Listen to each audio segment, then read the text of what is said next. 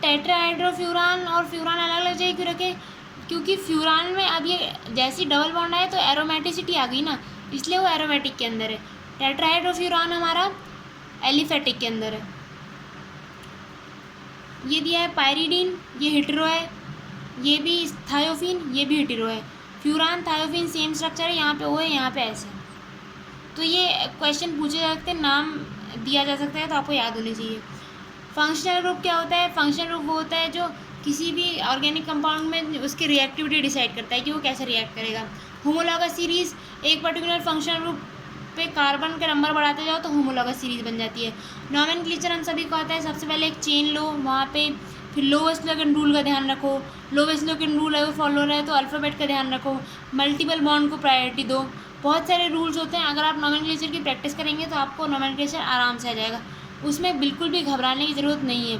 Nomenclature बहुत आसान topic है, बस आपको एक दिमाग में बैठना चाहिए कौन सी चीज़ कब कैसे किसके पहले फॉलो करनी है, तो वो बहुत आसान है, उसके क्वेश्चंस करेंगे तो अपने आप हो जाएगा। ये हो गया एनिसोल। एनिसोल यहाँ पे मैंने एक कंपाउंड ऐसे टिक किया है कि भाई यहाँ पे आपको कॉमन नेम दिए गए हैं, तो कॉमन नेम के साथ ही आपको हम कंपाउंड पता होना चाहिए। तो मिथॉक्सीबेंजीन जो होता है वो मिथॉक्सीबेंजीन जो होता है उसको आप एनिसोल भी कहते हो। यहाँ पे compounds containing carbon and hydrogen only are called hydrocarbons. तो हाँ, हाइड्रोकार्बन्स उनको कहते हैं जिनमें सिर्फ कार्बन और हाइड्रोजन हो। Nomenclature of organic compound, citric acid को इसलिए सिट्रिक एसिड बोला जाता है क्योंकि वो सिट्रस फ्रूट में पाया जाता है, तो सिट्रिक एसिड। रेड एंड का नाम फॉर्मिका होता है लैटिन में, तो इसलिए उससे जो एसिड जब आपको चींटी काटती है तो आपको दर्द होता है ना, तो वो कौन सा एसिड होता है उसको बोलते हैं फॉर्मिक एसिड। क्यों? क्योंकि उस एंड का नाम, उस चींटी का नाम फॉर्मिका होता है। सिट्रिक एसिड क्योंकि सिट्रस फ्रूट्स मतलब खट्टे फ्रूट्स में पाया जाता है। बकमिनिस्टर फुलरीन का जो कार्बन है उसका एक एलोट्रोप है C60, एक फुटबॉल टाइप का स्ट्रक्चर होता है, तो उसका नाम इसलिए रखा गया क्योंकि उसको डिस्कवर किया था बकमिनिस्टर फुलर करके एक साइंटिस्ट थे।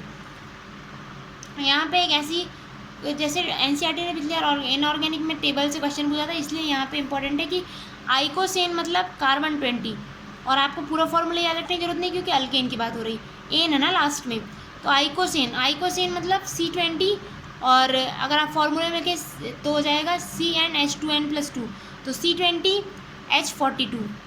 वैसे यहाँ पर ट्राया कॉन्टेन तो C30H62।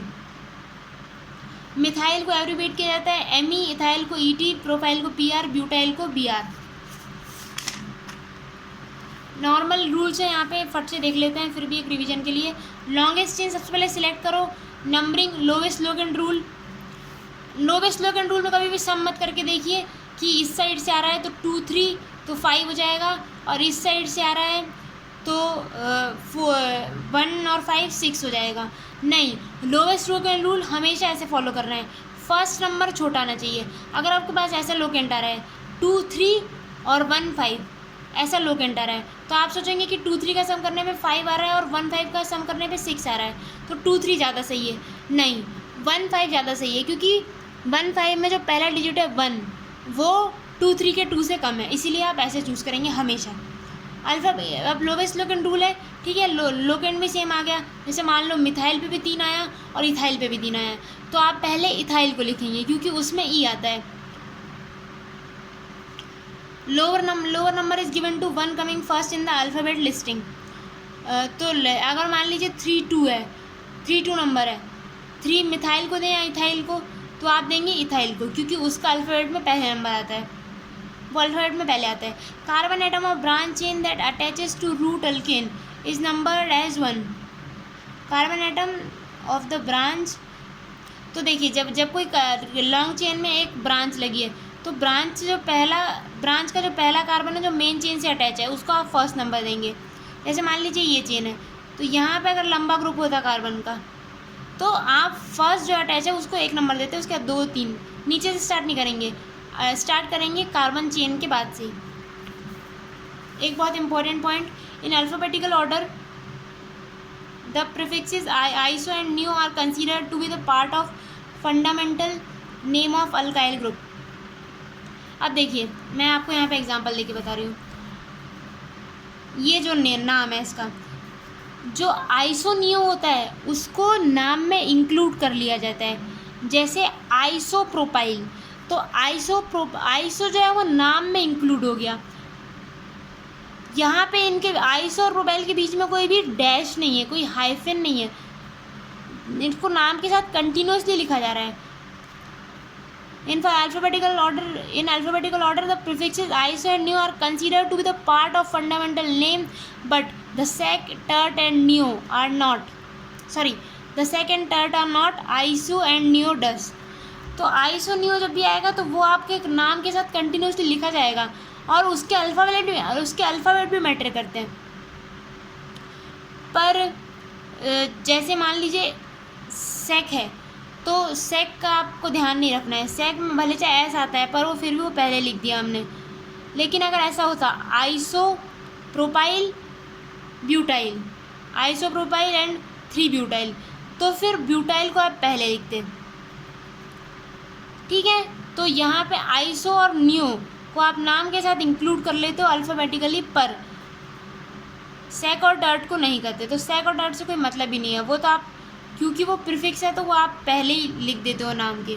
यहाँ पे अगर सेक ब्यूटाइल को नाम के साथ अल्फ़ाबेटिकल ऑर्डर में देखा जाता तो फिर आइसोप्रोपाइल के बाद आई के बाद ऐसा आता है ना, तो फिर उसको इसके बाद डाला जाता, पर ऐसा नहीं किया क्योंकि सेक देख लीजिए नाम इन दोनों के बीच में हाइफन है, क्योंकि नाम के साथ कंटिन्यू नहीं रख रहे हैं सेक और नियो को, उनको नाम से अलग रख रहे हैं। जबकि आइसो के साथ ऐसा नहीं है, आइसो को नाम के साथ चिपका दिया है।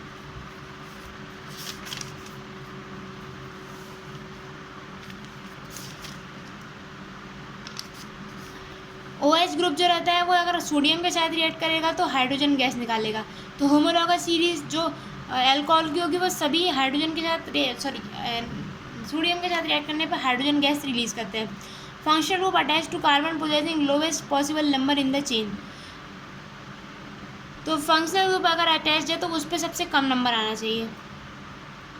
प्रिंसिपल फंक्शन, अगर बहुत सारे फंक्शनल ग्रुप है तो फिर प्रिंसिपल फंक्शनल ग्रुप होता है। ये उनका प्रायोरिटी ऑर्डर है, कोई याद करने की जरूरत नहीं, दिमाग में अपना बैठ जाता है। फिर भी ऑर्डर करना है तो मैंने एक बहुत वियर्ड नेमोनिक बनाया है, आप अपने हिसाब से कुछ भी बना सकते हैं। एक शादी कुंवर कर लिया, अमाइड सजाना अलोन दारू अमीनाइन। ये इसका पता नहीं कोई भी साइंस नहीं बन रहा, बट फिर भी मुझे याद हो गया। एक मतलब इक कार्बोक्सिलिक एसिड, शादी सल्फोनिक एसिड, कुंवर दिख रहा है जो हमारा एस्टर है, कर लिया कर लिया, यहाँ पे एल आ गया तो कर लिया। अमाइड CONH2, सयाना साइनाइड, अलोन अल्डिहाइड, ओन मतलब कीटोन, दारू अल्कोहल, अमाइन NH2, इनाइन अमाइन इनाइन। तो एक शादी कुंवर कर लिया, अमाइड सयाना अलोन दारू अमाइन इनाइन। ये आप बार बार प्रैक्टिस करेंगे तो आप कुछ भी आपका नेमोनिक बना के याद कर लीजिए। ऐसे तो कुछ भी नॉमेनक्लेचर में कंफ्यूज नहीं करता, पर जैसे यहाँ पे आपका जो ये याद रखिएगा कि जैसे अपन ईथर की नेमिंग करते हैं तो ईथर में अल्कोक्सी अल्केन, तो अल्कोक्सी अल्केन जिसका नंबर ज़्यादा होगा उसको पेरेंट चेन बनाया जाएगा, मतलब 2 साइड रहते हैं ना। जैसे मान लीजिए CH3O C4H7 CH3O C4H9, तो फिर वहाँ पे आप C4H9 को आप पेरेंट बनाओगे तो वहाँ पे हो जाएगा मिथॉक्सी ब्यूटेन। तो जिसके पास कम नंबर है उसको ऑक्सी में जोड़ दो और जिसके पास ज़्यादा नंबर है वो उसको आप मेन चेन पेरेंट चेन बना लो। ऐसे ही होता है एस्टर में। तो एस्टर में क्या होगा, अल्कोक्सी अल्केनोइड, जैसे मैं बता रही मिथाइल मिथेनोइड। तो वही सेम चीज़ जो आपका कार्बन से यहाँ पे क्या है, कुछ इस टाइप से स्ट्रक्चर होता है CH3 COO CH3। तो जो O से अटैच्ड है उस ग्रुप को आप ऑक्सी कर दोगे और बाकी जो ग्रुप है उसको OH कर दोगे। जैसे देखिए यहाँ पे जो CH3 O से अटैच्ड है, कैसा लिखा है ये CH3 CH2 COO CH3। तो ये जो अल्कोक्सी हो गया तो यहाँ पे क्या है मिथॉक्सी, C2H5 होता है तो इथॉक्सी। तो जो ऑक्सीजन से अटैच्ड है उसको अल्कोक्सी और बाकी जो बचा उसको यहाँ पे इस कार्बन को भी इंक्लूड करना है तो क्या हो जाएगा मिथॉक्सी प्रोपेनोएट। या फिर मिथाइल प्रोपेनॉल भी बोल सकते हैं आप इसको। बेंजीन ग्रुप जो अपना C6H5 होता है उस जो वो जब सब्स्टिट्यूएंट की तरह लगा होता है, मान लीजिए नॉर्मल हमारी एलिफेटिक मतलब जो नॉर्मल चेन है ओपन चेन उसमें फंक्शनल ग्रुप है और वहाँ पे बेंजीन रिंग सब्स्टिट्यूएंट की तरह अटैच है, तो फिर सब्स्टिट्यूएंट को क्या बोला जाएगा? फिनाइल। बेंजाइल कब बोला जाता है? जब बेंजीन पे CH2 ग्रुप लगा हो और फिर वहाँ पे कोई और चीज़ लगी हो, जैसे अगर लगा हो बेंजीन पे CH2NH2 तो आप बोलोगे बेंजाइल अमीन। ठीक है। आइसोमेरिज्म में कुछ नहीं है, सेम मॉलिक्यूलर फॉर्मूला होता है, प्रॉपर्टीज डिफरेंट होती है, फिजिकल भी डिफरेंट हो सकती है और केमिकल भी, वो डिपेंड करता है किस टाइप का आइसोमेरिज्म है। जैसे फंक्शनल आइसोमेरिज्म में फंक्शनल ग्रुप ही चेंज हो जाता है तो फिर फिजिकल केमिकल दोनों डिफर करेंगी। चेन आइसोमेरिज्म में सिर्फ चेन डिफर करती है तो बॉइलिंग पॉइंट मैटर कर सकता है, बाकी केमिकल प्रॉपर्टी सेम रहती है। तो ये बात है।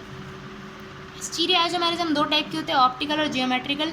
फिर यहाँ पे आता है सबस्ट्रेट और रिएजेंट। सबस्ट्रेट क्या होता है? जिस पे अटैक किया जाता है, जैसे एंजाइम पे अटैक करती है सबस्ट्रेट पे ना, तो सबस्ट्रेट वो होता है जिसके पास कार्बन है और जिस पे अटैक किया जाता है। अब कार्बन जिसके पास होगा उसी पे अटैक किया जाएगा ना, या फिर जैसे मान लीजिए किसी अल्केन के साथ रिएक्ट कर रहा है Br2 ब्रोमीन, तो फिर जिसके पास अल्केन हमारा सबस्ट्रेट होगा क्योंकि उसके पास कार्बन है और अटैक कौन कर रहा है? Br2, तो वो हो जाएगा रिएजेंट। लेकिन अगर दोनों के पास कार्बन है तो फिर आप जिसके बारे में बात कर रहे हैं आप उसको सबस्ट्रेट बोलेंगे। ठीक है। यहाँ पे लिखा है कि both reactant carbon, if both reactant supply carbon then choice is arbitrary. कोई भी चॉइस है मतलब ऐसे ही ले सकते, जिसको अटेंशन फोकस किया जाएगा उसको सबस्ट्रेट बोला जाएगा। दो टाइप के फिजन होते हैं बॉन्ड में ऑर्गेनिक केमिस्ट्री में, एक होता है हेट्रोलिटिक, एक होता है होमोलिटिक। तो हेट्रोलिटिक में क्या होता है कि जैसे मान लीजिए CH3Br, तो ये जो यहाँ पे कार्बन के पास क्या था? 4 उसके पास उसके वैलेंस इलेक्ट्रॉन थे, 4 उसको और चाहिए थे, तो 3 तो हाइड्रोजन से मिल गया, 1 ब्रोमीन से मिल गया। पर अब क्या हो गया कि ब्रोमीन ने क्या किया, वो जो 1 इलेक्ट्रॉन लाया था और कार्बन का जो 1 इलेक्ट्रॉन था, दोनों ने मिलकर एक बॉन्ड बनाया था, ब्रोमीन दोनों लेके चला गया। तो कार्बन के पास क्या बचा? उसके तो 4 थे ना खुद के, तो 4 में से 1 तो ब्रोमीन ले गया, 3 बचे उसके पास खुद के, और 3 हाइड्रोजन से मिले थे तो 6। तो इसके पास होता है सेक्सटेट, मतलब 6 का ग्रुप। तो इसके पास बचता है सेक्सटेट ऑफ इलेक्ट्रॉन और ब्रोमीन ने ले लिया, तो उसके पास कभी भी नेगेटिव चार्ज सिर्फ 1 इलेक्ट्रॉन के आ जाने से, 1 इलेक्ट्रॉन एक्स्ट्रा आ गया तो उस पर नेगेटिव चार्ज आ जाता है फिर। तो ब्रोमीन के पास खुद के 7 तो इलेक्ट्रॉन थे, जैसे ही 1 इलेक्ट्रॉन उसने कार्बन का छीना उसके बाद नेगेटिव चार्ज आ गया। अब यहाँ पे कार्बन का क्या बना? Carbonium ion. इसको कार्बोनियम भी बोलते हैं, कार्बोकेटाइन भी बोलते हैं। ध्यान रखिए कभी भी ऑर्गेनिक केमिस्ट्री में अगर आप सुनते हैं ओनियम वर्ड, तो ओनियम मतलब होता है पॉजिटिव चार्ज। नाइट्रोसोनियम सुनेंगे तो वहाँ पे नाइट्रोजन पे पॉजिटिव चार्ज, हमेशा ओनियम वर्ड होता है पॉजिटिव चार्ज के लिए। अभी मुझे एग्जांपल याद नहीं आ रहा है, पर हम जब भी आगे ऑर्गेनिक केमिस्ट्री पढ़ेंगे तो आपको याद दिला दूँगी। ओनियम वर्ड मतलब होता है पॉजिटिव चार्ज। अब सिंपल सी आता है, इसके पास तो 6 इलेक्ट्रॉन है तो 3 बॉन्ड बना लेंगे और जो स्ट्रक्चर रहेगा वो रहेगा ट्राइगोनल प्लेनर। 6 इलेक्ट्रॉन होते हैं उसके पास, सेक्सटेट होता है और ट्राइगोनल प्लेनर होता है। अब कार्बोकेटाइन के आजू बाजू जितने ज़्यादा अल्काइल ग्रुप रहेंगे, अल्काइल ग्रुप इलेक्ट्रॉन डोनेट करते हैं, तो सिंपल सी बात है पॉजिटिव चार्ज को न्यूट्रलाइज करने की कोशिश करेंगे। तो जितने ज़्यादा उसके आजू बाजू पॉजिटिव चार्ज के आजू बाजू अल्काइल ग्रुप रहेंगे वो उतना स्टेबल रहेगा। जैसे देख लीजिए यहाँ पे इथाइल केटाइन जो हमारा है वो प्राइमरी कार्बोकेटाइन है, उसके पास सिर्फ एक CH3 ग्रुप है तो वो कम स्टेबल। आइसोप्रोपाइल जो है उसके पास 2। आइसो कैसे याद करेंगे आप? आइसो याद करने की मैं आपको ट्रिक बता दूं, कभी भी आइसो में ऐसा स्ट्रक्चर बनता है, ऐसा